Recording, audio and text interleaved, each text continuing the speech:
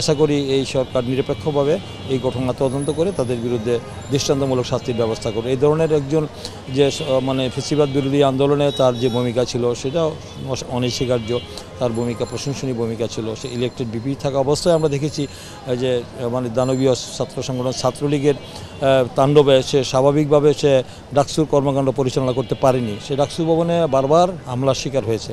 আমরা নিন্দা প্রতিবাদ করেছি তার মানে এই ঘটনায়। তো এবারও সে বেশ কবার সে এরকম হামলার শিকার হয়েছে।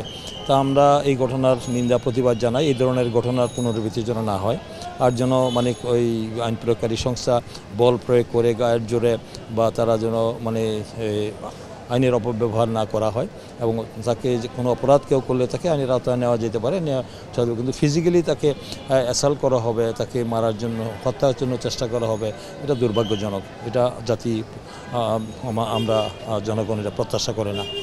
আমরা যখন নির্বাচনের রোডম্যাপ ঘোষণা হলো তখন থেকেই আমরা দেখতে পাচ্ছি যে বিভিন্ন ধরনের পরিস্থিতি একটি অবনতি হচ্ছে, আইন শৃঙ্খলা পরিস্থিতি অবনতি হচ্ছে, এবং একটি মহল গভীর চক্রান্ত ষড়যন্ত্রে লিপ্ত হচ্ছে যে নির্বাচনকে মানে পণ্ড করা, বর্জন করা, প্রলম্বিত করা, একটি অস্থিতিশীল পরিস্থিতি তৈরি করে আবার অন্য কোনো মানে শক্তি আসুক, ফেসিবাদের কোনো দোষরাও ফিরে আসুক, বা আবার অন্য কোনো অপশক্তি অবৈধ ক্ষমতা দখলকারীকে ওরা দখল করুক, এই ধরনের মানে দেশি বিদেশি একটি চক্রান্ত আছে বলে অনেকে সন্দেহ করছে আর কি। তা আমরা আশা করব যে যেহেতু সরকার পদক্ষেপ নিয়েছেন, অন্তর্বর্তীকালীন সরকার, তারা অত্যন্ত দৃঢ়তার সাথে বলছেন যে আগামী 2026-এর ফেব্রুয়ারি 12 তারিখেই বাংলাদেশের নির্বাচন অনুষ্ঠিত হবে, এবং আমরাও রাজনৈতিক দলগুলি স্টেক হোল্ডার তারাও বলেছেন দেশের জনগণও দীর্ঘদিন 16 বছর তারা ভোটাধিকারের বঞ্চিত ছিল, তারা ভোটাধিকার প্রয়োগ করার জন্য অধীর আগ্রহে অপেক্ষা করছে, তারা উন্মুখ ভোট দেওয়ার জন্যে।